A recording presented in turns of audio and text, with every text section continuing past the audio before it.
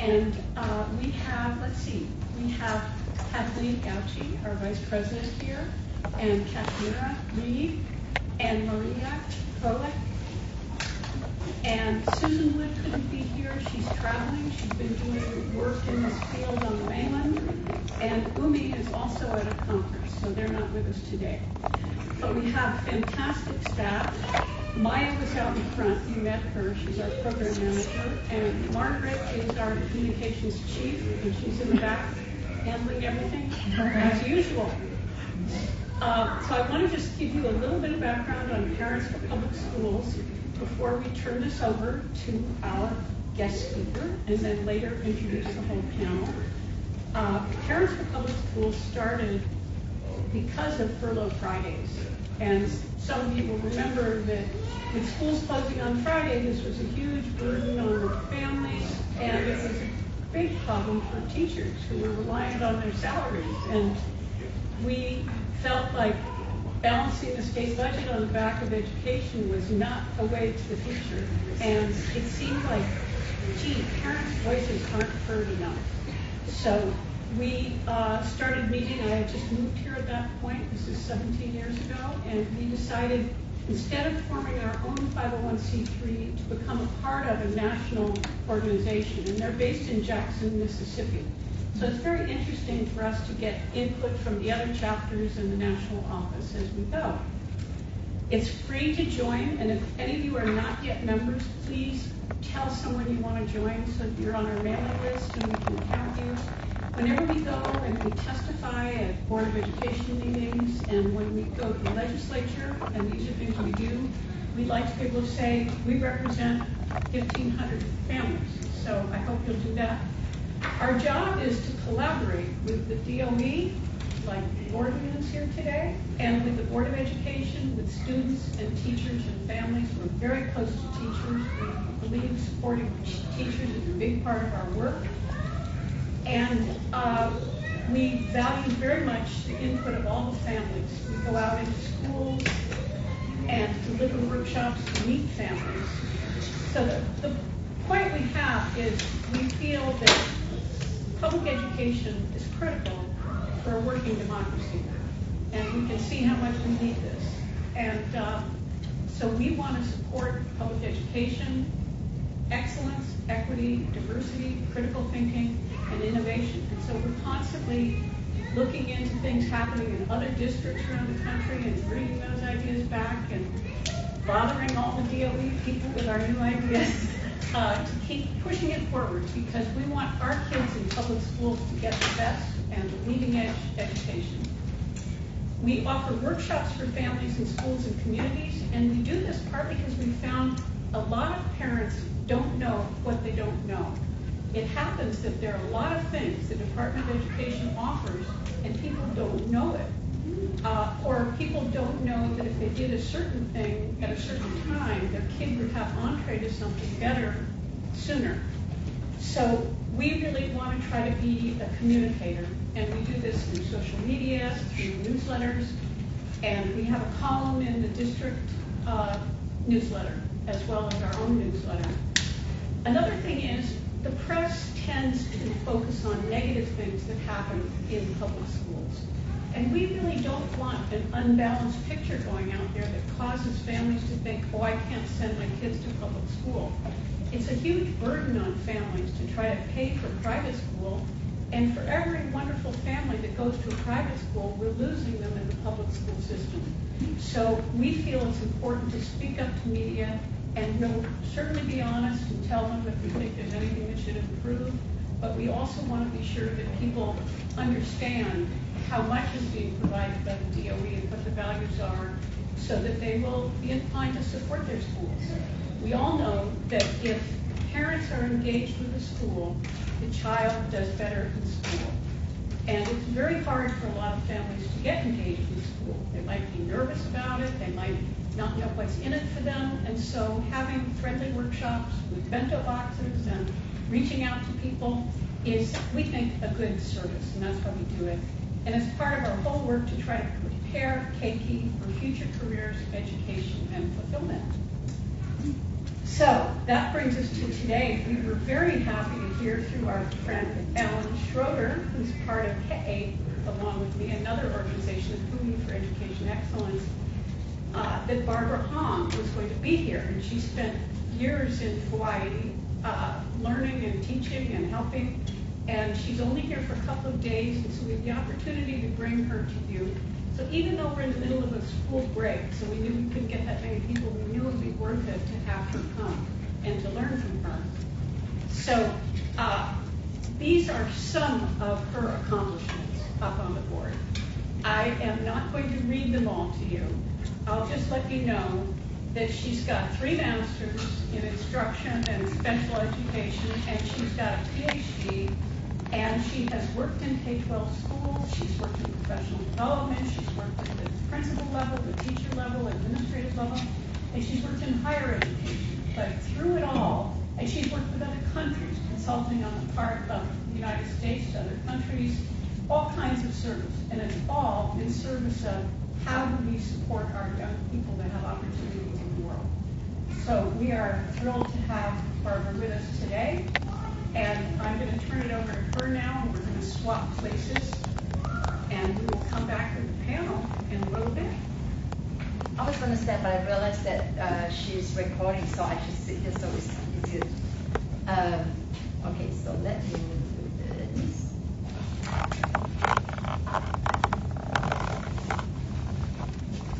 Just so you're not confused. Oh. Oh, wait. Sorry. Let's see. Oh, this is the one.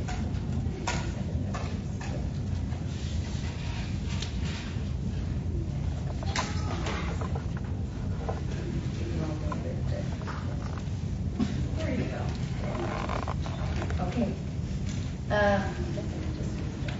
Let me show of hands. How many of you are parents here? Okay. And then purely parents. So you are doing both parents role and also as educator role, is it? Okay. Parents here. And then, okay. So I just finished the talk. What is the other organization called? Delta Kappa Gamma. Are you familiar with that? That's all the teachers there. And so I typically speak to teachers and students. So speaking to the parents, and I wanted to, even though it's about the same slides, but to tell you as a parent, what role and how important that voice is, because I never always had that voice. So just a little background. I think I'm going to use this. How many of you have seen the movie Crazy Rich Asian? Okay, so I'm from Singapore. I am crazy Asian, but not rich. So just want to lay that out. And oftentimes you think of, again, Asian has a certain stereotype. You know, parents are always involved and make sure that their children work hard, and all of somehow they go, oh, we don't want Asian kids with special needs. We are not immune to that, but I often hear that a lot. And you think of Singapore as top in math and science, and I often also hear renowned educators that say, if only we could just take a model of the school and put it in America, we will solve the problem. But I was invited to write an article, and I said why American schools should not be like Singapore school. Because having grown up there and experienced all of that, and then being educated in America, it presented a very different view. I personally may not choose to raise my kids there, because you have a lot of good things in America that may not be present in Asian countries. I just want you to know that, even though as much as we criticize and all of that. And then I wrote another chapter book called The Seduction of East Asian Schools, because everything is just perfect in the school. All the kids are well behaved somehow. They must be, is it in their gene or something? It's not always the case. So again, I want to present a view when I was growing up. And in my book, it's basically, my talk is based on the book called Early Art. And the book has a lot of quotation. But one of my favorite quotes that somebody shared with me says this: there is a crack in everything. That's how the light gets in. Because sometimes when we look at cracks, we are embarrassed, we are afraid, we are not sure, and we quickly want to patch it up. So this could go with whether it's policy, whether it's a child, whether it's the home, is that, oh, this is not good, we want to fix it, instead of starting it and figure out why. And same thing with our children. We kept thinking, well, you're gonna fix it, you're gonna get them to par, you're gonna get them, but what is it? Did we learn to accept them for who they are first? So this is a picture of my family. My dad is an alcoholic. He has passed since at 63 from liver cirrhosis. My mother is illiterate. She has never been to school before. She was given away when she was young, maybe about 4 or 5 years old, to be a child servant. So she is illiterate. She can't write her name. And then there's my oldest brother. Do you see this when I point this on? It doesn't. Oh, it does. Okay. So that's my brother Winston, Philip, Jennifer, and then that's me. We are all smiling, as you can see in this family picture. It's the only family picture we ever had. But you're not sitting on your lap. I am. That is everything. So when Singapore first separated from Malaysia, Singapore was very poor. It's not like the crazy rich Asian places that you saw, right? Have you been to Singapore, anybody? Okay. So it's in Southeast Asia, 1 degree above the equator. We only have one weather. It's called very hot. Okay. So growing up, because it's such a small country, and poor, and the government can only build up. So we live in projects, which is common, and that is exactly my house. This is exactly the block that I live in on the 4th floor. And at the back of it is how we dry clothes. So the hot water comes on the top, and then we hang the clothes, and my sister and I will wait for the monsoon wind to come so that the clothes will fall, and then we'll pick up the clothes because they are free shopping. Because you cannot really return the clothes, so it's not technically stealing, right? So this is about the only time that we actually get clothes, or we try to sell them. And living in the neighborhood, I don't really have role models. They are not teachers or professionals. And I show this picture, my brother here, Winston and Jennifer, is that the next door neighbor here, just like many blocks down, she is a prostitute. Upstairs is a prostitute. The other one works in a bar. So those are my role models. If not, the guys are, drug addicts. We don't have drugs. It's a death penalty. So there's no drugs or things like that in Singapore.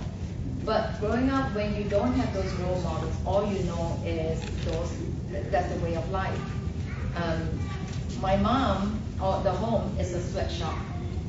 So we sew clothes and we knit clothes. So from very young, I sew clothes. And I used to be embarrassed about it. But then I realized, you know what? It's very expensive to tailor your clothes. So I tailor for people and I sew for people. Say, oh, I wish I know how to sew. And I say, I am grateful for that looking back later. But basically that is, you see the refrigerator there and the sewing. So the kitchen is also the workplace, it's also the bathroom, and it's very close. And when you go to the store, you see that your buttons are clean, there's no thread. It's because somebody snipped those threads.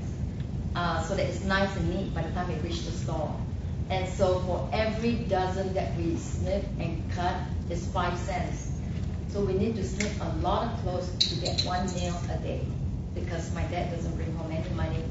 He's a taxi driver and a second-hand car dealer, but he spends most of the money smoking and drinking. So that's all we have to survive on. So sometimes the things that we cannot change end up changing us. We can say, why am I dealt with this? Why do I have a child with special needs? Why am I in this circumstance of this school? Why am I born to this zip code or all of this? And to the child, he can change that. He can change his last name. He didn't choose to have a disability. He didn't choose to make your life difficult. It was just the way it is. And sometimes we work with children, we feel like this is their fault. They brought on all of these things, but they really can't change it. And so to me is, I don't have the role model. I can't change it. I can't move out of it.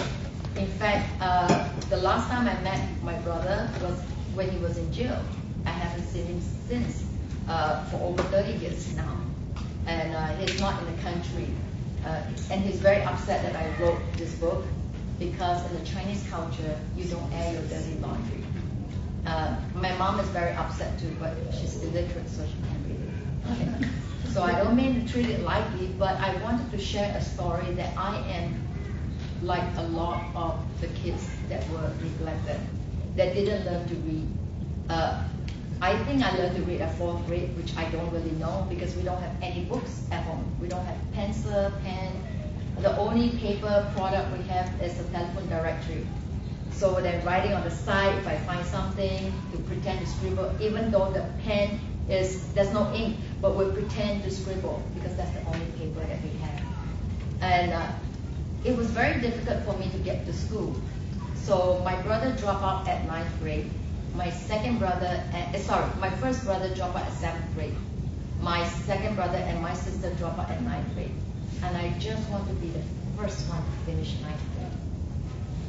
But it was difficult for me to get into school because when Singapore first separated from Malaysia, the government only allows 2 children. And if you have a third one, they'll forgive you because of the accident, but not the 4th one. So having the 4th child means my parents will be fined $1,000, and that was a lot of money. So my mom revealed to me when another punishment was that they would not allow you to go to any school until all the seats are taken, then you go to whatever leftover school that nobody wants to go to. So again, nothing I can change about that, but that was the card that was dealt for me already. And when we couldn't get into school, and then finally one school take me, but it was one of those, village school, that's called that way. But my mom was very upset with me when she couldn't get me into school because she went to so many schools to beg. And then she said, I should have gotten rid of you. So as a child, I don't know what that means. I mean, I repeated kindergarten. Of course, I was not smart and trying to get to 1st grade was very difficult. And she said, I tried aborting you when I was 6 months pregnant with you, twice. And because she could not afford the doctor, she went to the back alley and drink whatever the snake oil person tells her to drink, and she tried to hit herself as hard as possible. She said, I hurt myself, but you're stillborn. So she's very angry with me. At the same time, she also said, I cannot fix your brain because I already destroyed your brain. So she used the word in dialect that says, you are retarded and you're not capable of learning. So you are like a cabbage head. So you think of a cabbage, it looks like a brain, it's not very healthy, it's just plain vegetable, like that. So my mom always reminds me that you're a cabbage. So growing up is your mom doesn't believe in you, there's no voice, going to school was difficult. You go to a school that, nobody else wants to study. So those were the surrounding. And you think, yeah, I cannot change that. My life could have just been whatever, I could just choose to follow that path. I learned about this story, Alice in Wonderland, only in America.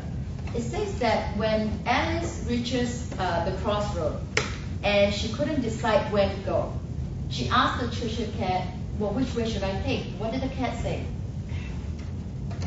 Come on, teachers. The cat said, where do you want to go? Basically. And what did Alice say? Okay, this is an American story, right? The cat said, it depends where you want to go, which path you choose. Then, but then Alice said, I don't know where I want to go. I said, what a stupid story that is. We all don't always know where we want to go. We don't have a GPS that just tells us, hey, you get your life from A to B and then B to C, and we don't. So, but the key that I learned in this is that even though you don't know which road you want to take, you got to take one of those roads because you reach that point. You take one of those roads. And if you stumble and you hurt yourself, you have a choice. You either say, but this is what I want, no matter how much I'm hurt, I'm going to follow this path. Or you could also say, well, I'm going to go back and start again from the other road because now I know for sure that is not what I want. So either way, it's not a right or wrong. It's just that you've got to take one of those roads. And it still could be foggy, but you take a chance. So this could be Well, this is the school that I live in, the school district. This is the teacher that I have. Whether I like this teacher or not, I'm gonna work with it. I'm gonna make it happen. I'm gonna achieve something. Whether it's difficult or not, I'm gonna find a way to work, because you got it. You cannot just say, oh, forget it. I don't like any of school. I'm gonna keep my kids at home. You gotta take one of those roads, okay? And I love this quote, and it always reminds me, there is nothing in a caterpillar that tells you what you are. Nothing at all. This ugly, slimy creature, they just eat all the time. Even the caterpillar doesn't know what color its wing is going to be. But yet, it knows that I gotta go through a certain process to go through that. So why I relate to this is that in my 10th grade, so I barely made it to 6th grade, and you know how schools are, is that if you don't do well, they'll pass you on, so it becomes somebody else's problem, you know? And in Singapore, they will rank you. So typical class when I was going to school is about 40 students in a class, and they will rank you. So you know if you are the first or the 40th. Of course, I come in 39, 40th, and they will display it in public. So on the day of the result, you'll go there and see what is your rank compared to everybody else, and if you actually pass. Because they believe in shaming you to motivate you. It's just the Chinese culture, right? It's like maybe some cultures, I beat you until you are motivated. So it's the same thing, capital punishment is allowed in Singapore. Not anymore now in school, but the parents still cane children. Because like, the more I cane you, the more you are afraid and the more motivated you are to study hard. So it's always about the child not putting in enough when, I don't know, I'm only given so much unless the teacher guides me and gives me opportunity. I don't know what that means. And I want to read to you a passage of how I felt about school. School is an imprisonment for me. I'm terrified of leaving my house every morning because I'm so afraid of making mistakes. By now, every teacher has written me off, especially Mrs. Lim. I cannot get rid of what she says of me. If you can't even write your own name, what good are you? I keep running through those words through my head. Maybe it's my anxiety, maybe that's choking me, like being stuck in a traffic jam where no cars are moving no matter how loud the honks get. My brain is paralyzed, nothing is sticking, everything is immobilized, frozen and deactivated. Maybe that's why I deserve to be slapped, so I can wake up to reality. So I was writing my Chinese, is there a pen here? Let me show you. So this is me writing my, it doesn't work, no? Let's try this one. Okay, so this is my name.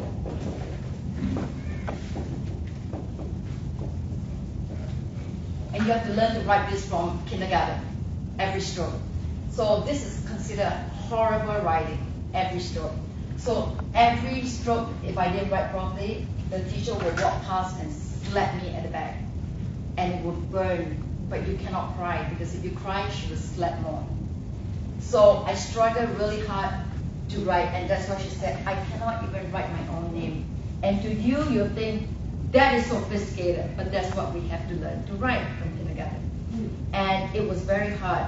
So for me also, why are you not studying hard enough? So I said, Ms. Lim looked into my eyes, don't you understand what the word study hard and pay attention mean? I dare not answer for fear she might slap me again for talking back. These words don't make much sense at all. What is the formula for studying hard or paying attention? Is there a secret recipe, formula, or equation? Everyone keeps repeating the same commands day in and day out, but no one explains how I'm supposed to do it. I don't know why am I not getting it, whatever it means. I just don't get it. So I do the only thing I know how. I psych myself up by repeating in my head, I must study more, I must work harder, I must pay more attention, I must be quieter, as if repeating this affirmation would make a difference. So a lot of time we tell students things, but do we explain what it means at all? So to me, I don't know what studying hard means at all. And in 10th grade, we have to take the Cambridge exam, which is equivalent to your SAT, but a lot harder. You take it at your 12th grade, so we take it at the 10th grade. And this is my last chance to repeat. So there are only so many times you can repeat throughout the years in school. And I flunked the 10th grade. And so I didn't even show up for the exam. It's like, well, I'm gonna fail, why bother to even try? It's a waste of time. But then I have one last chance to repeat, and my dad of course said, no, you need to go work because you're wasting money. We have to pay a small supplementary fee, like $3, which is a lot for my family. But I said, I only have one chance and I want to take the last chance because it's 365 days of my life. It could be the longest 365 days of my life, or a drop in the ocean if I make this happen. And to repeat in Singapore is very embarrassing because if you pass, you will go to junior college, you will wear a different uniform. If you fail, you could go to work, then you won't wear a uniform. But if you wear the same uniform, everybody knows you repeated. So the shaming is not just yourself, your home, your entire community knows. You get on the bus, everybody knows that you repeated. And so it's very, very embarrassing for me. But like I say, I get one chance, last chance, to do that for myself. You think of a butterfly, let's say a caterpillar having to go through that stage. Anybody in science here? Science? So you see this stage of the cocoon. What do you think is happening inside here? Make a guess. What do you think? Yeah. What are they morphing inside? The caterpillar in the cocoon is actually having to eat its own organ and spit it out. That's how it becomes like that. So it basically has to suck it all in and eat all of that in order to become. So you think of the analogy. A lot of times we're like, well, if only I have a different teacher, if only they give us more funding, if only I have I know my passion and my family is richer. None of it can change. And sometimes, so to me, it's like, just suck it up. Teachers are actually quite mean. They say, well, when I told you to, practice your math and you didn't want to, well, that's how you suffer now. And they would say in public. And I was working on my some assessment, with practice exam. She would take up the paper and just throw it on the floor. It's like, it's a waste of time. So this is teacher telling me that when going to school is my only haven other than coming home. So as a kid I don't have a choice because school is compulsory, but yet going home doesn't provide any support. So it's kind of, I could have taken my path in a very different way. But I knew that I wanted to change that. I don't know, people ask me, what is it that motivates? Sometimes I don't know what's in front. I just know I don't want what's at the back. So all you do is you walk in front, even though it's a faulty thing. So you forget the person you are, and then you have to choose to become somebody else. And in my 10th grade, there's this teacher, Mr. Yap. Now when you are failing, now this is a class of about 30 students, and nobody wants to teach the failing class because in Singapore, you are graded by merit. So how many students passes, the teacher gets merit pay out of it. So nobody wants to teach a bunch of failures, right? So they put them all together, and the discipline master, he walks around with a bamboo cane. So you're really afraid of him. But he has no choice, so he has to take that class. And his area of expertise, his degree, is in math. When you are failing and repeating, the last class you want to think of is, I'm going to do well in math. Math is a confidence thing. I don't have confidence. But yet, Mr. Yap said, ruin is your best gift because you get to demolish, you get to rebuild again. And the way he taught, he didn't teach math. He taught me. He saw me. And he would do some math and say, look, of course you can do this. Of course. And actually, when I got my results, he said that I was the only student who actually passed at all the Cambridge exam, which I wasn't comparing to anybody because we're all failing in there. And I have another person who is a friend, and she's the same age as me. And Julia is everything. She dances, she's beautiful, she skates, she drives, she rides a motorbike, she's everything that I am not. But Julia taught me, don't be afraid of mistakes. She took the time to teach me math and English. I even follow her handwriting. I wanted to mimic her. And sometimes as youngsters, you think you want to have a lot of likes, a lot of friends, but you want to have that one friend that teaches you it's okay to look at your mistake and then figure out why that mistake happened. That is how you become successful. So she taught me that formula. So from then I learned how to study, and I became the best all-round student the following year when I went there. So it took me not only 10 years, but the repetition of 3 other years to finally learn for the first time how to study. I tried to ask questions, but in Singapore you're not allowed to ask questions. So I was sent to the principal's office for raising my hand because you have to sit there and listen. There's only one-way directions, okay? Nobody hang posters and fun things. The whole room is blank. So when you talk about you want to put the model in America, you better strip away everything there is because there's only a one way. It's pass or fail. And that's why sometimes the Asian cultures, you got an A minus? Oh wow, you must well shoot yourself because it's an A minus. So that perfection is also a curse because they don't know how to see failure in any other way. When I was at Columbia the first year, a student jumped from the building because he got a B. His first B ever in his life.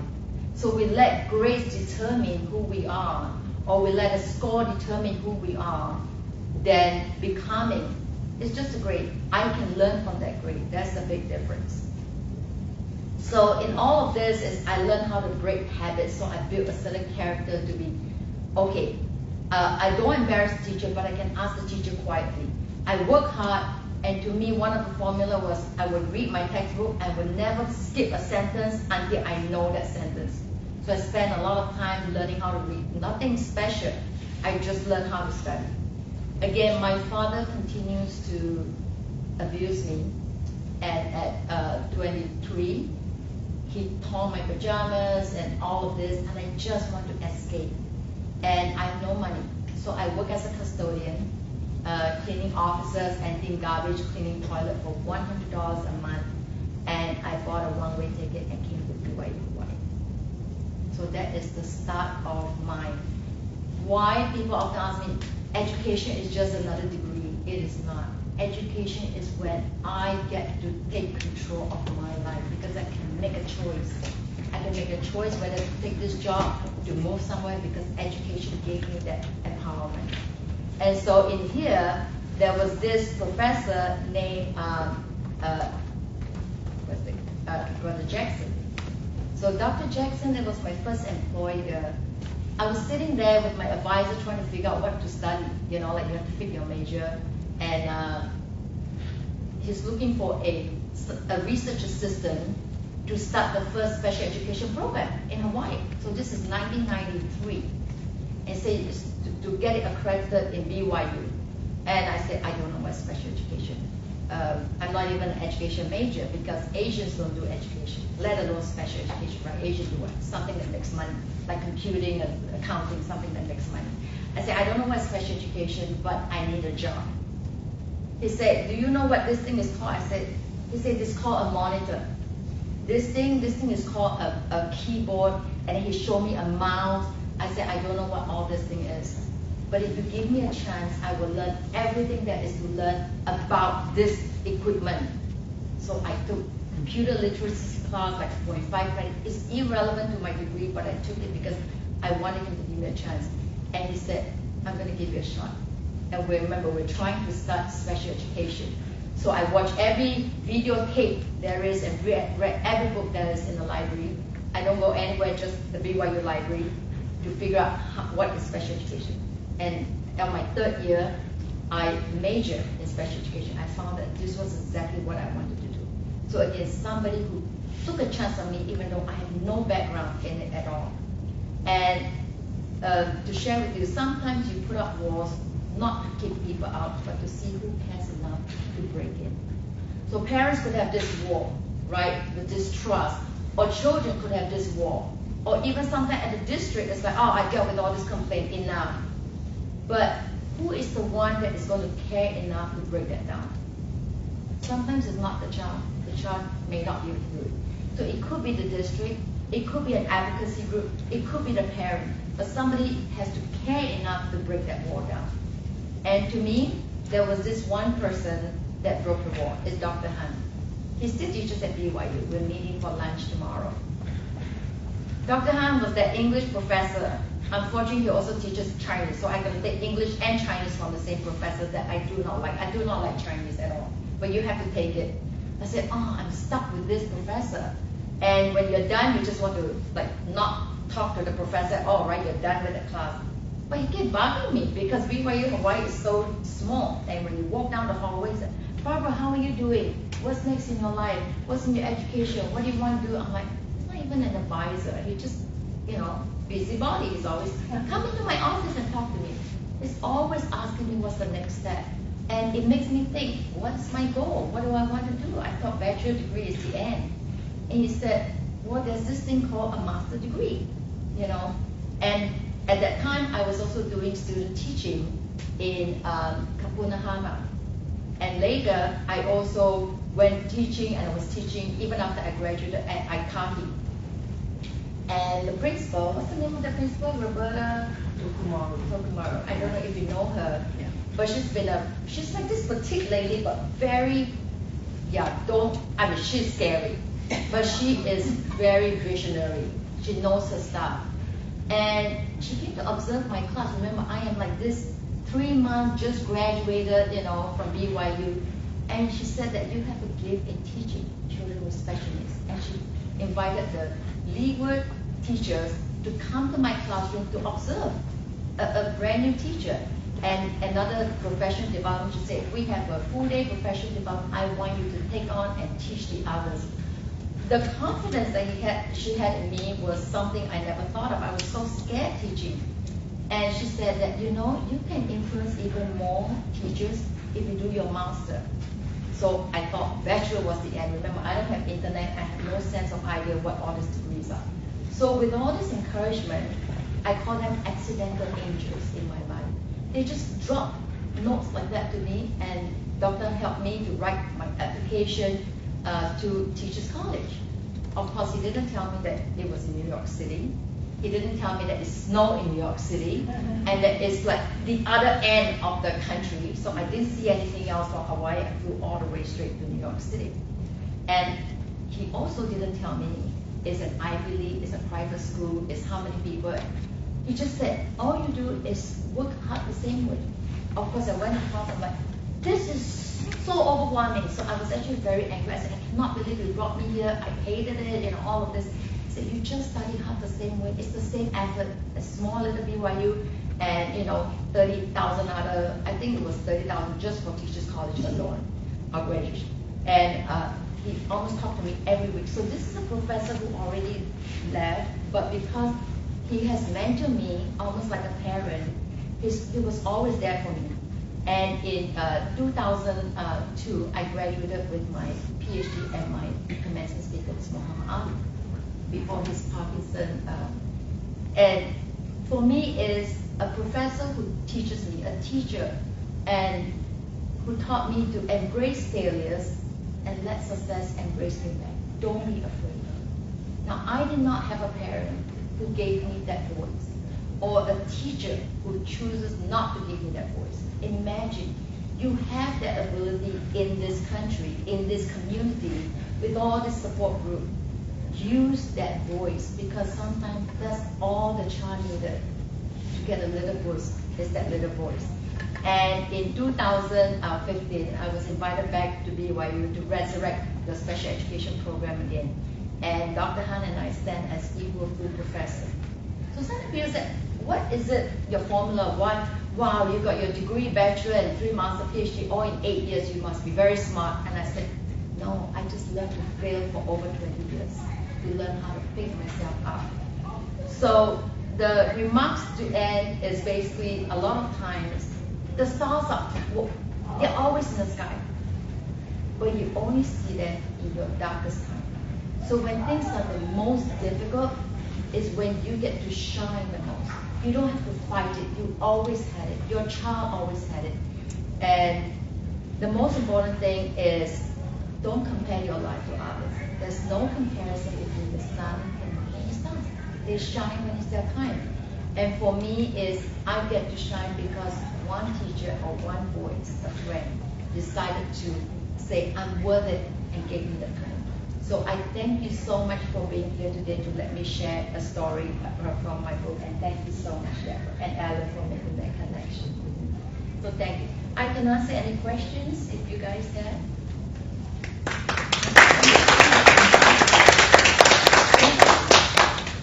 Sorry if I missed it, but how did you find BYU? How did you just go about Well, getting because there? I went on a mission, and so that just, remember, I don't have internet. I don't know America has so many schools. Likewise, Dr. Han didn't tell me there were so many universities, right? So he just said, no, teachers college, you only apply for one. You get in that one. So sometimes in the book I talk about this analogy. I don't know if you watch Batman. There's one with Bane. He's trying to get out of a cave. Do you guys remember that? And they wear a robe, but then they always get to fall down. But so nobody ever got out of the cave. So one time is right. Batman goes, "Don't give me that rope because I have to get out, and if I fall, I die." So you don't have a choice. So it's like there's the only school. I got to get in. This is my only way to escape the abuse. I have to do that. Like I say, I don't know what's in front. I just don't want what's in the back. And so you just move forward.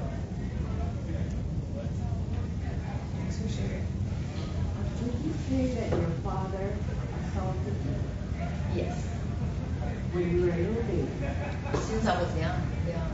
Because he's drunk, so I didn't write that so much in here because that's not the point of the story, right? The point of the story is that when you are in an alcoholic family, it happens. So what is difficult for me was my mom not giving me a voice, because when I told my mom, she would say, "Your father is drunk. He's not going to remember tomorrow whether you are me or you are another woman." But I remember. So I will, after my father being on top of me, I would go under the bed and I would bite myself to hurt myself, because I was like, why does God give me this family? Why can't I have, this girl named Stephanie, why can't I have Stephanie's family, who speaks English, who are educated? So I felt God doesn't love me because he gave me a family that doesn't care about me and abuse me. So I tried many times to tell my mom, but my mom said, well, that's what woman does. You're supposed to do that, allow yourself for men. But that is my father. So I'm very confused growing up, and I don't understand that. All I know is I felt unworthy of love. And your husband, are they dead now? Yeah, my father died at 63 because he's alcoholic, his liver cirrhosis. And your mom? My mom is still alive, and when I try to explain this, in fact, I just came back from Singapore in December, and I tried to explain that, and my mom will not accept that, because in my culture, men are very esteemed. They can never do wrong. And also, in writing this book, it was very difficult. It actually took me 7 years to write it, because I would write and then I would stop for months. I don't want to go back and live my childhood. But then it's kind of therapeutic in a way, because I felt like maybe she was abused herself and she's not educated. So there's no way for her to understand another way of life other than that. Do you have copies of your book? No, but Alan wants I that. can try to get some. Yeah, I know we got those copies there, and I was able to sign for them there, but it's on Amazon. Except it's not signed, but maybe next time. Yeah, they have another 19 copies left. I was given a presentation. Let's see how many copies they have left, because I pre-signed those. Thank you very much. Thank you very much. We're so lucky to have Barbara with us today, and you know who she is. But I want to introduce you to the rest of the panel. Susan is a co-coordinator of SPIN, Special Parent Information Network. And more than that, she really founded it. And she founded it because she knew how important it is for parents to have information. And it is all the different parents and for the kids. And Debbie was a leader at LDAH, Leadership in Disabilities and Achievement of Hawaii for years, and is now chair of the Ohana Task Force. And she is also on the site council on developmental disabilities. Yes. Okay. And Gordon, who's with us from the DOE, is a specialist, and he's been with the DOE for a long time, which is the Hawaii multi-tier student success system. And this is, he has the challenge of being with the state Department of Education, and you know who Barbara is, and she also has worked with the multi-tier success system. So we're going to start out with a question that relates to that, and we might bring up some slides with details for you as we go along. So I wanted to let you know that some of the slides we've printed out handouts. There are 2 handouts that are 2-sided, and you can take them when you leave. And if you want copies of some of the slides we have that we may not take time to go on, really talk about more details about universal screening and things like that. If you want the slides, just text us and email us and we will provide them. My email is deborah@ppshi.org. So you can just send a note and we can send you the slides. So our first question is, how are Hawaii Public Schools set up now to ensure that all students, including those with disabilities or who face other systemic barriers, feel genuinely included and supported, not just accommodated? What's the structure? We thought maybe Gordon would start, but I think both Debbie and Susan are going to have a lot to say. So if we could go to slide number 8. So first of all, thank you all for having me here.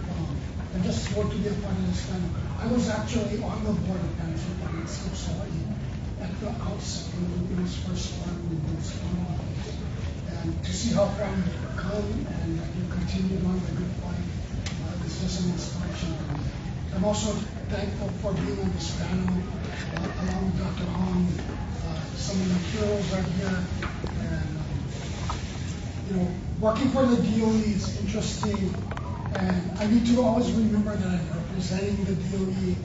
So maybe in a couple years when I retire, I can tell you what I did. But I'll try and be appropriate. So to answer that question, how is the Hawaii DOE approaching making sure that all students are supported? That's where the Hawaii multi-tier system is important. How many of you are familiar with multi-tier systems or something? Great. It actually is a concept that comes out of public health. And the basic premise of it is that there are some things that you would offer to the entire population of health. And in the case of our school system, there's certain things that schools are expected to offer to all students. And that would be the curriculum that they are teaching, that would be the appropriate instruction in behavior, appropriate supports with social emotional learning, and even to the point of supporting, to a certain extent, a student's physical well-being. And so all of that is encompassed in a multi-tier system as well. Because no matter how good your basic system is for all students, there are going to be some students that need additional support. And so we have a 3-tier system, which I'll show you in a little while. When all schools, and part of the reason I've gotten here is because I think it's important for parents and families to know what they can expect of the schools in the system. So one thing that is expected is that every school in the Hawaii public school system, in the Hawaii Department of Education, is employing this multi-tiered system of support approach. And what it means when we say this is mandatory or required of all schools, it's those 4 things. In order to, when we say it's simply answering the question, how do you support how does a school support all its students? But the real question is, how does a school support every student? It's not an aggregate all. It's like every student needs support, and it's just the belief of the department that each student should get that support. Now, I'm not going to sugarcoat it. I tend to overshare, but we know we're not there yet. And we know that all students are not necessarily being supported to the extent that they need to be. But that is our aspiration. That is what we're trying to make sure that every student gets a crack at being successful.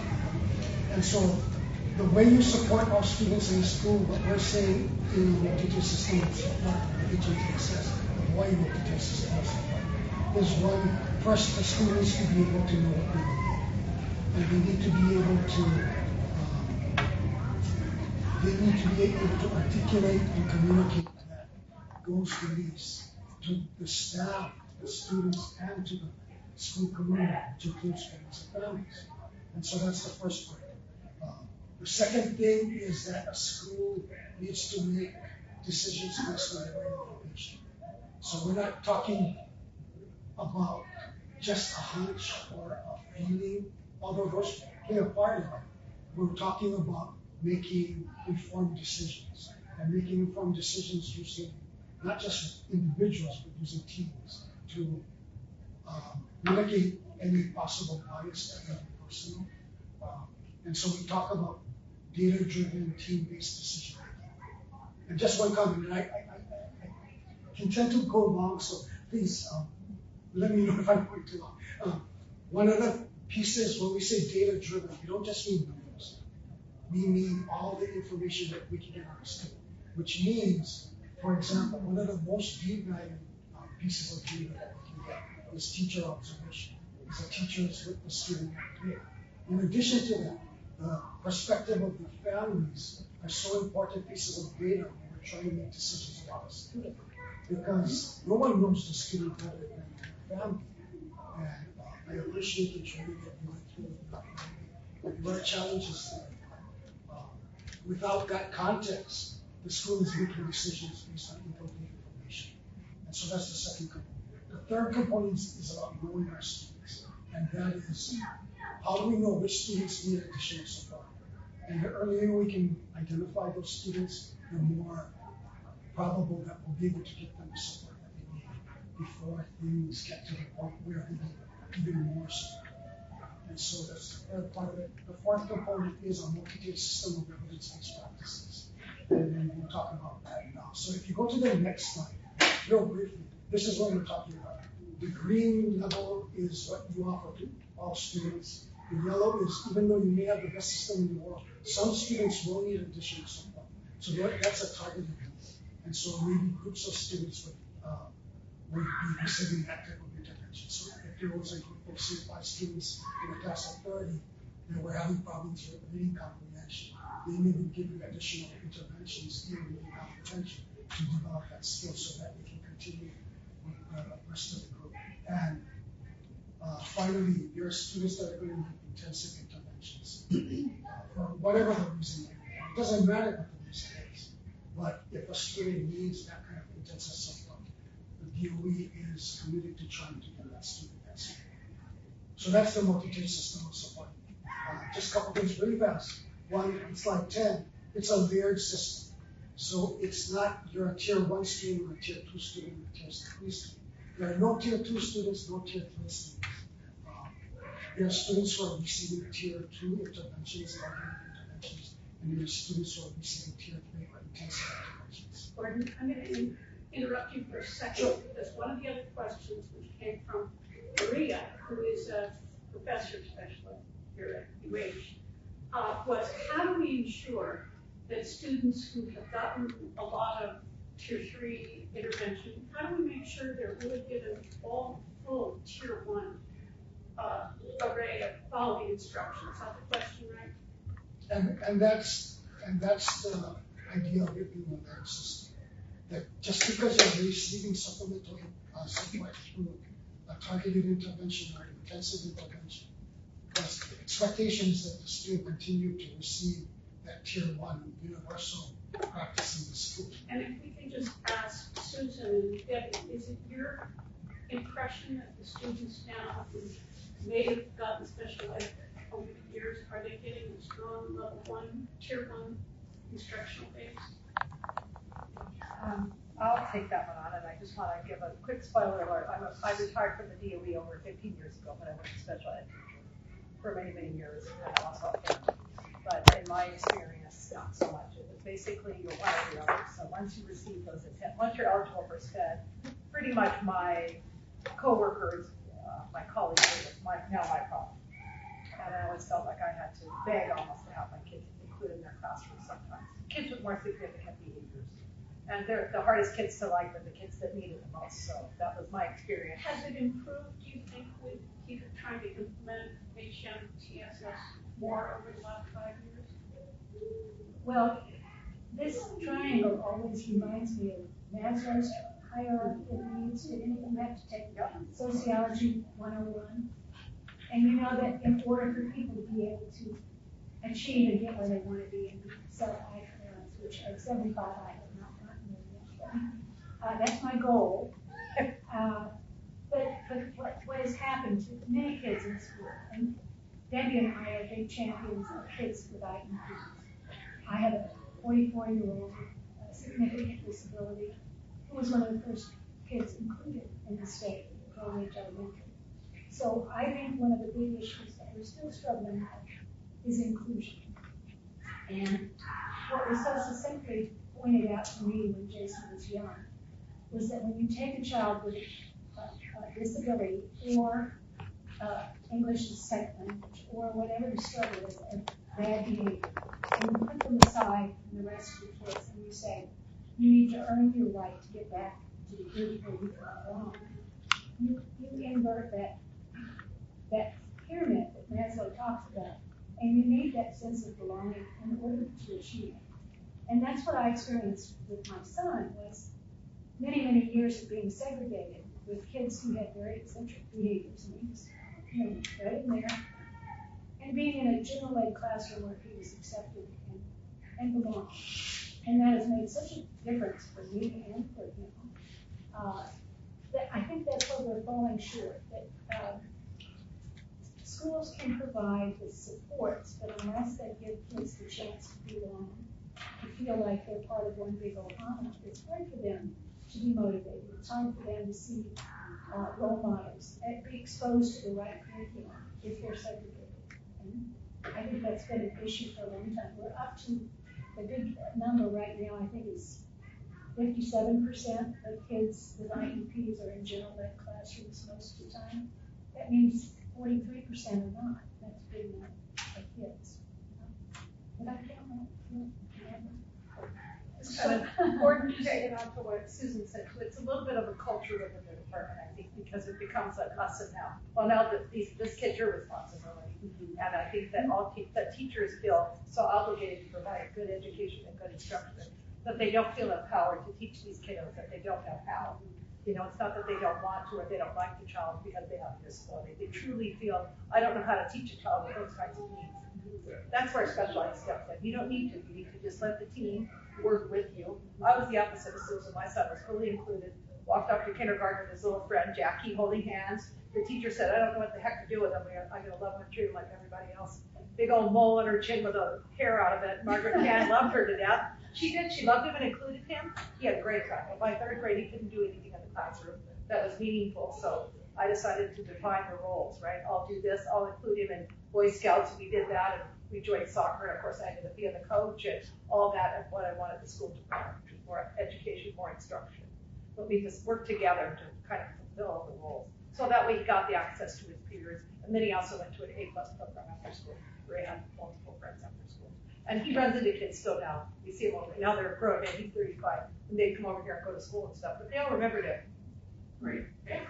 So, Gordon, back to you. I know we have another slide coming up here, but I'm wondering, is it the intent that this HMTSS is going to give more quality Tier 1 education to all children at all levels, and thus have a higher percentage in inclusion?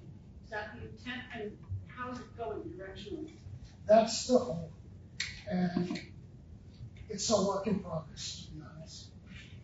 if you look at our proficiency scores, you'll see that it's between 50 and 55% of students that are proficient in language arts. And if you think about it, that's a horrendous number, that almost half of our students are not proficient, which means that, which tells us, the data is telling us that ITO level is not being implemented sufficiently. Instruction, it could be the curriculum, it could be the instruction, it could be any number of reasons why, but it's not meeting the needs of all of our students. And to think that we can have targeted interventions for half of our students, that is just unrealistic because we don't have the resources, it's not sustainable. So the push now with HMTSS, the mission is to really try to improve on universal practices, what we offer to our students. At the same time, not neglecting the needs of those students with higher needs. The next slides that I have up are of these handouts, Susan, that you provided. And we could go into these, talking about those in more depth, or given the limited time, one of the questions that we have is, what are effective ways that families and educators can work together to support student success, especially when communication or trust between home and school has been challenging? And how can families know what they and their students have rights to? And how can families, teachers, and schools build trust? So I just thought I'd ask that question. And if you want to refer to the slides in answering it, but the general question, I think everyone should speak on this issue of who has the information and how can we trust, I think is so core. Well, and to go back a ways, you all know about family school partnerships, and the PTA came out with principles of family school partnerships. We had to really work to get that accepted by our Board of Education. And Gordon was part of the effort. This was maybe 15, 20 years ago. But before that, it was parent involvement, which meant kind of knew the things we asked you to do and then leave us alone and get progress. And as we already acknowledged, families that are involved in their child's education help their child be more successful. And it's a team effort. It's not just families struggling at home and teachers struggling without a support system. So what we had come up with as an idea in the special ed community was everybody was gromming into universal design for learning. Because again, like the tier 1 supports, if you had a classroom with all the technology you needed, if you could allow students to receive education in whatever way they could best learn, if you could allow them to show you what they knew in a different format for each kid based on their unique needs, and if you had motivation for the children. Well, let's turn that around and make that a universal design for family engagement or family partnership. And the problem now is that if families don't come to the workshop or to the open house, then the teachers make judgments about who's not there, who doesn't care, et cetera, et cetera. But if you gave families a number of different ways to learn and communicate with you, and if you took information from them in a variety of ways, and I mean, we're in a technological world that I struggle with. I do have an iPhone, but I'm not a social. I'm not into social media. I'm not smart enough, but it's probably a good thing. But the point is that we need to broaden how we engage with families. Then we need to take their input, and like the principles of the family school partnership say, you have to welcome families on campus, you have to acknowledge their gifts, you have to make them leaders in the school, you have to share power. That was my favorite principle, the sharing power. We like that one. Yeah. But the point is, you also have to motivate them. And in this busy world where families are working until 6 p.m. and just having a really tough time getting through the day, you have to find ways to motivate them to get involved. So we just put the same principles together in a little infographic about how to partner with families. what you were getting at. Yes, yes. And Barbara, before you leave the topic of HMTSS, I know you haven't had HMTSS that much, Yes. had MTSS everywhere. What is your sense of how this model works? Do you think it can be effective, and how can it be most effective? Well, first of all, you cannot allude to the case management like in a hospital. If you go to the hospital and say, well, you're bleeding, but I'm here to take care of your cancer. Just let it bleed, you're cold. I'm not here to take care of your cold. But no, the doctor has to take care of all of that. But if I need a specialist, I call a specialist, but I still need to take care of your basic needs. I can say, well, I'm only here to take care of that cancer. You just take care of the rest. No, they communicate. So if you think of it as that model, that's what it's supposed to be. I call the specialist, like the special ed teacher, the specialized instruction. But in the meantime, I'm still going to be intense with your education, your reading, all of your behavior, your social emotional. And when you talk about universal design, I don't know how many of you are familiar with how it started in the 1990s. It actually came about from architecture, because they would build buildings and they go, well, now let me cut that toilet and that door bigger, 38 inches, right? So in case somebody in a wheelchair, it's very expensive to retrofit. Why don't we think of them in the first place and build that? And then guess what? You're pushing your stroller regardless of whether. So this is the same concept. Is that instead of thinking, I only want to teach the average kid. I don't know what to do with this gifted and this kid with special needs. Think of the outlier and you find that you actually need more students. Same thing with the parents. The parents that could not understand a concept, you know what? Maybe I go with that, translate information into that information, so there's a better chance that everybody could understand that.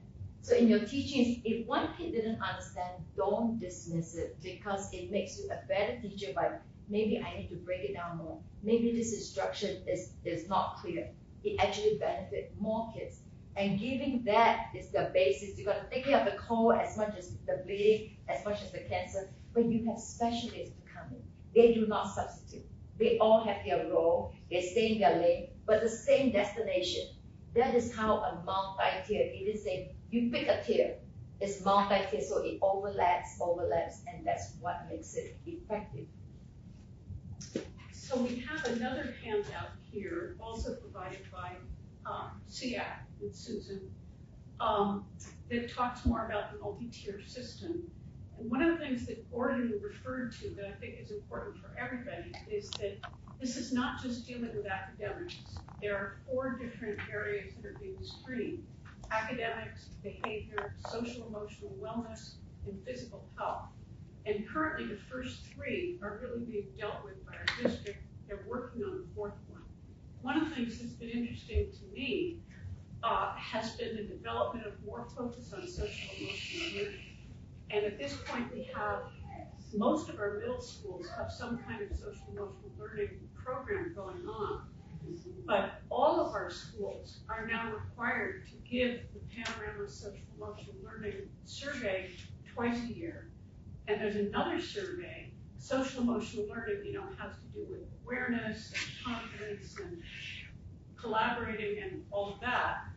But the other thing is the student perception survey. And that gives the students a way to talk about what's their school like, how is the relationship with the teacher.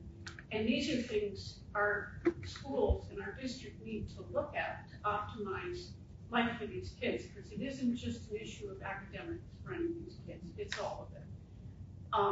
So I wanted to mention that. Do any of you want to talk more about the screening process? Before we get to that, just a couple of things about those surveys. There are 2 things that schools seem to be focusing on right now, which I think is a positive thing that's starting to happen. One is, there's a question on one of the social emotional learning survey, which is there someone on campus, a trusted adult on campus who you can go to no matter what? And based on the results of that, schools are targeting students who, if they answer no, they will intentionally try to engage that student and then introduce them to an adult who they can trust. The other part of it is schools are starting to look in a perception survey about student engagement. Does the student feel that they're engaged with the school? Does the student feel that they belong to the school? And based on that, schools are making decisions about how do we make our school more engaging? How do we make our school a place that students want to come to? And so those are positive steps we're taking. How we answer that, I think, will play a key role in how students respond. One of the things that Parents for Public Schools has worked on for a few years is how to make more information available to parents. And part of that is about the assessment system, like Strive High and all of these academic measures.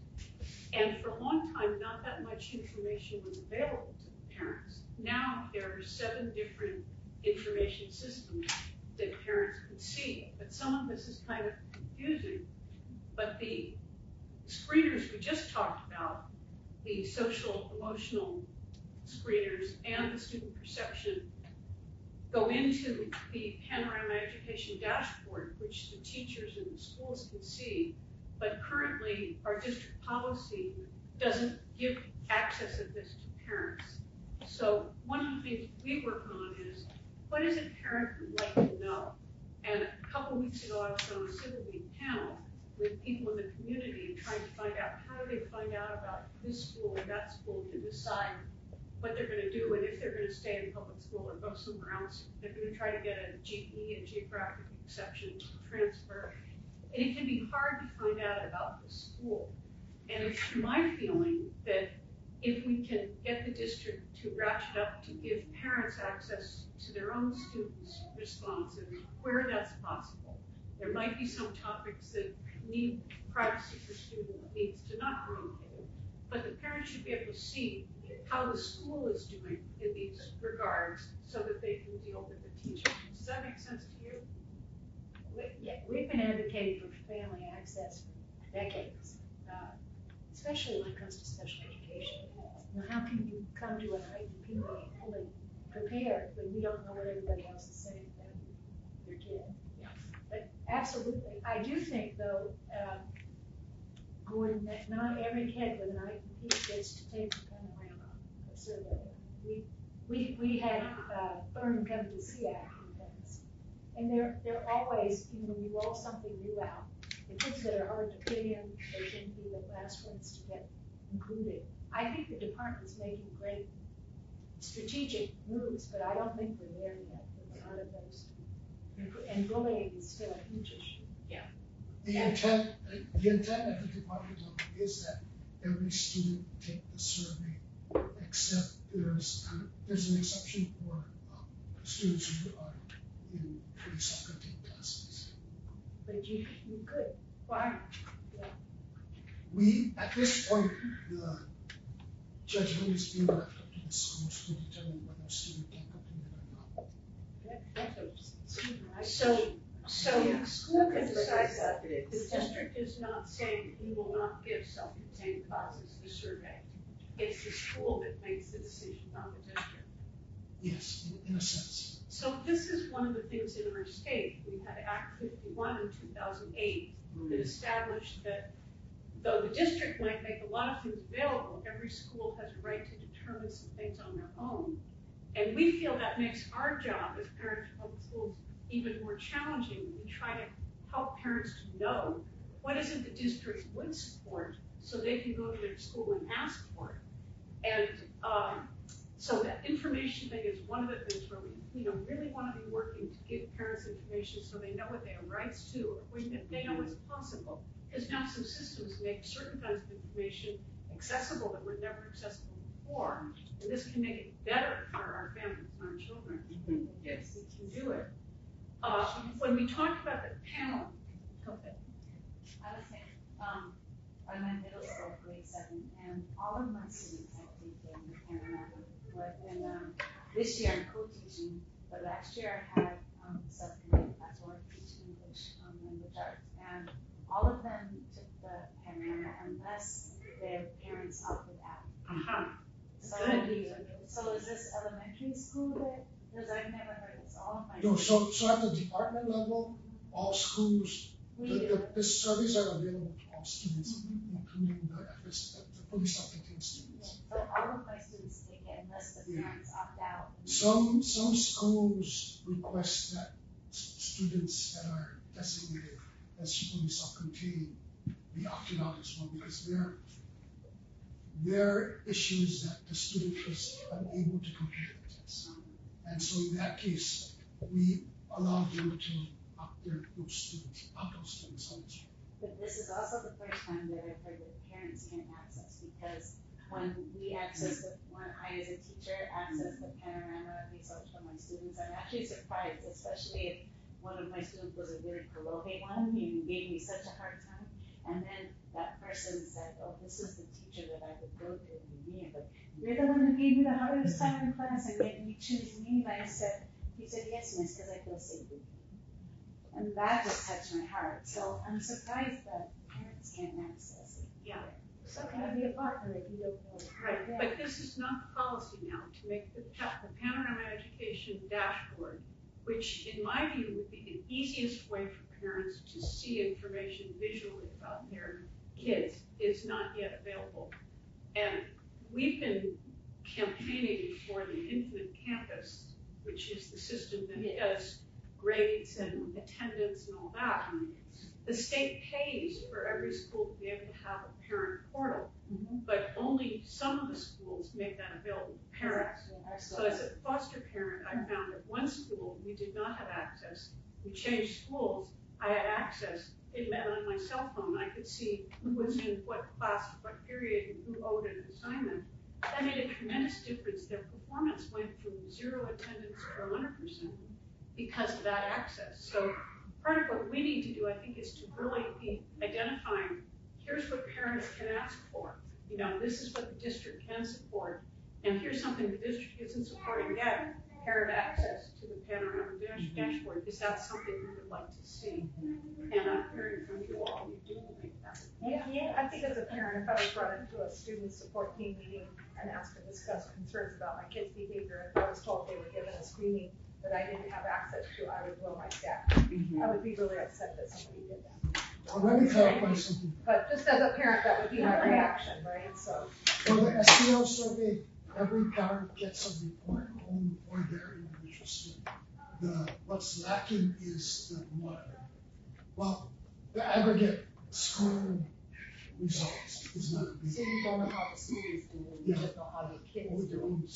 So if you want to change school, you have no way to know. Right. And the student perception survey is not available to parents at the individual level or the group level. So those are just issues that, we all can think about and work on. I think bringing them up to people all the time is a great idea. The other, in talking as a panel, we were remembering that so many parents have trouble with suddenly entering IEP process and not knowing how it's going to go.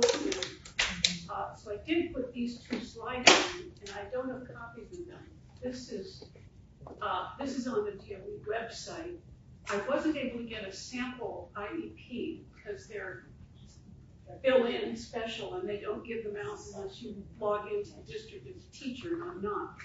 But I know that as a foster parent with one student who suddenly became have an IEP, I didn't know what was going to happen, and it would have been really helpful to me to have a better background on it.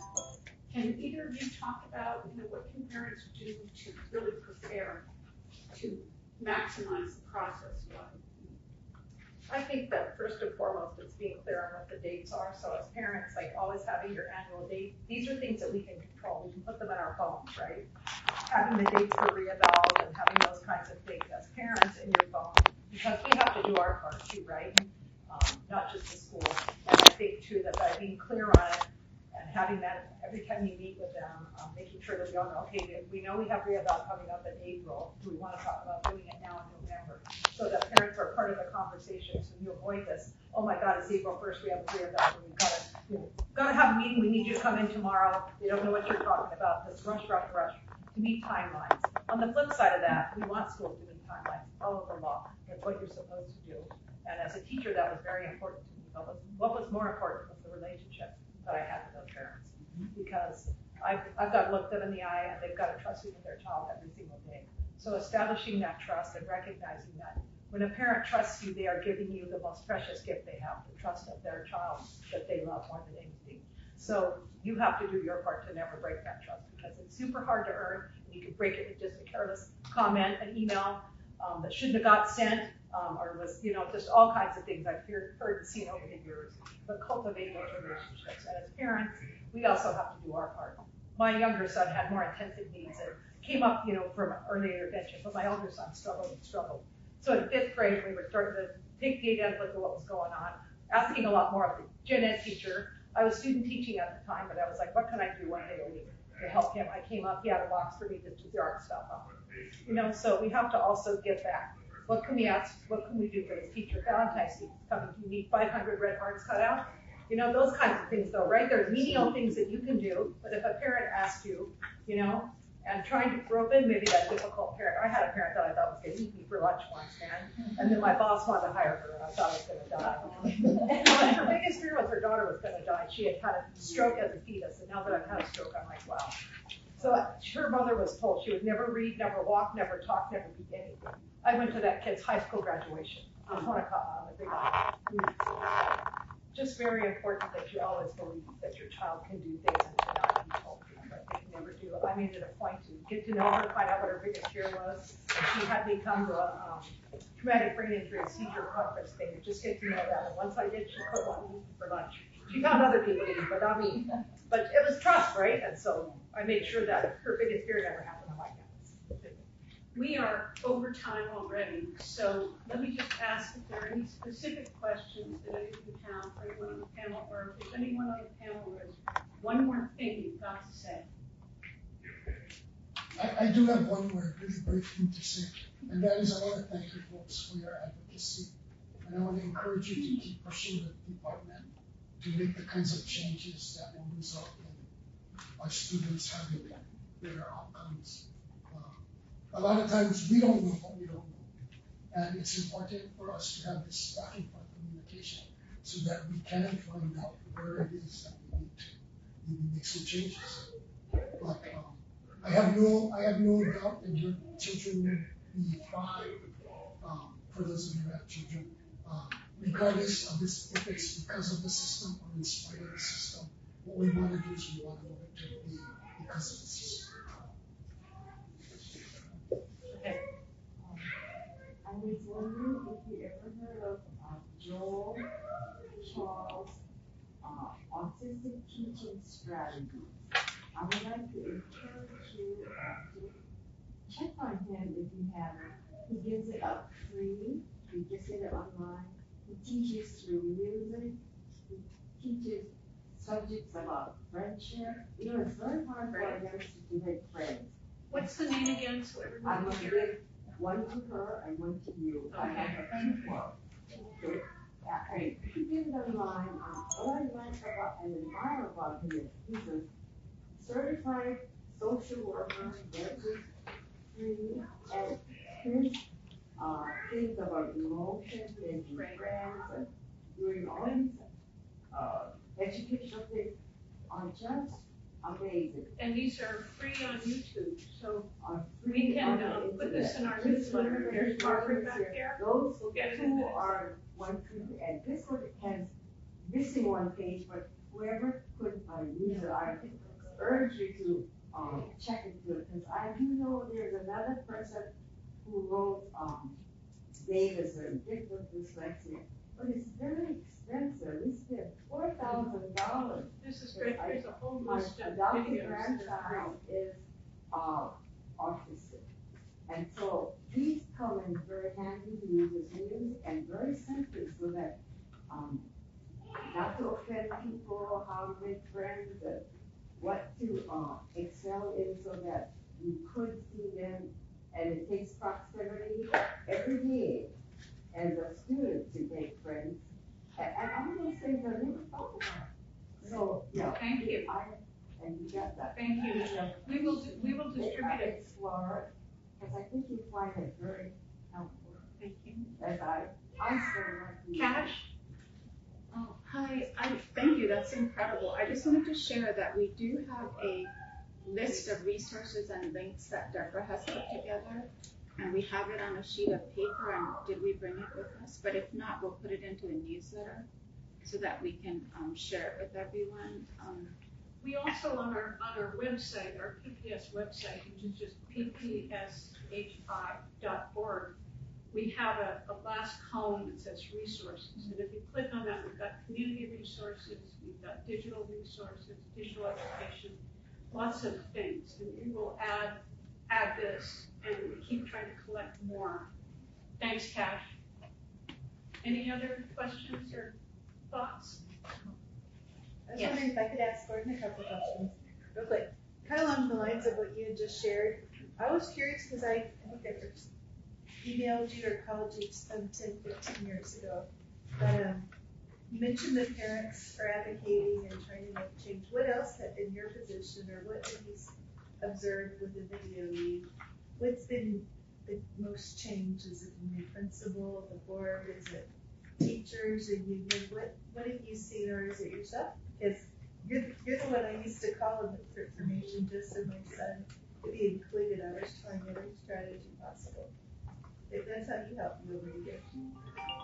That's a loaded question, and I don't know if you want the Just a answer brainstorm. or the honest answer. Go for But, I've been with the department about almost 20 years now. I started off with parent engagement. And so I've always had a passion for this art, for this kind of work. So again, I just want to commend you all for that. There have been so many changes over the years, and depending on who's in leadership, it makes a big difference in terms of their attitude towards families and parents. And so, without getting into specifics currently, there is a feeling that the inclusion of families are important to the system at the highest level. But how we go about doing it isn't always, we don't have the expertise that we need to engage families in an efficient and effective way. And so that's where it comes down to what's happening at the individual schools. It's groups like this and AA that really can make change at the department level. But in terms of for a specific child or for a specific group of children, it really has to be done at the local level. Because it's going to vary from school to school. Some schools are wonderful. They have parent resource centers. They work so hard with to include their families in the decision making. Other schools, to be honest, not so much. And so it's hard to make one blanket statement about the department as a whole. I was just wondering the gist, what it meant to you. But yes, one more question. I don't know if I understood you, but you're mentioning, I'm not real familiar with this panoramic thing that you're talking about, the dashboard. But I thought I heard you say something about FSC students not taking the survey or something. There are schools who are requesting that those students be opted out. Why is that? Why is that? Because some students may not, the school feels that the student does not have the ability to complete the survey. Is that true? Can the parent not be that person who decides?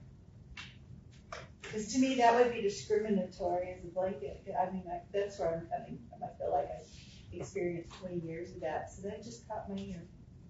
Yeah, so at the department level, it's I mean, there's no restrictions for FSC students. So we have this issue across the district that everything is, many things are okay with the district, and the district is trying to promote them, but a specific school doesn't have to do it, chooses not to do it. And so the parents may not know it's possible to get it.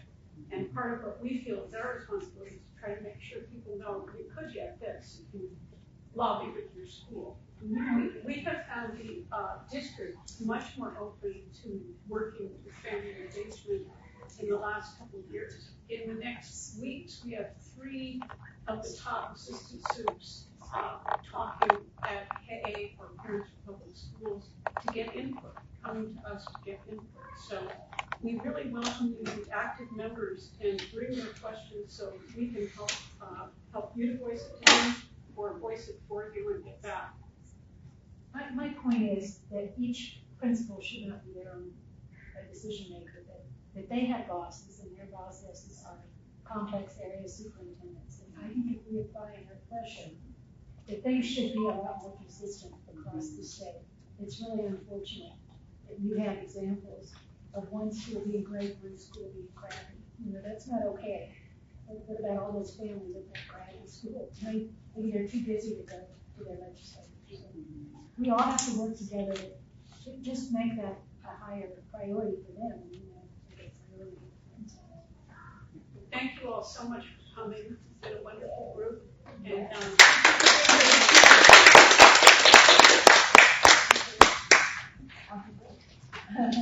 For anyone who's new, I just wanted to ask, are you already receiving our newsletter, or did you maybe RSVP through another way?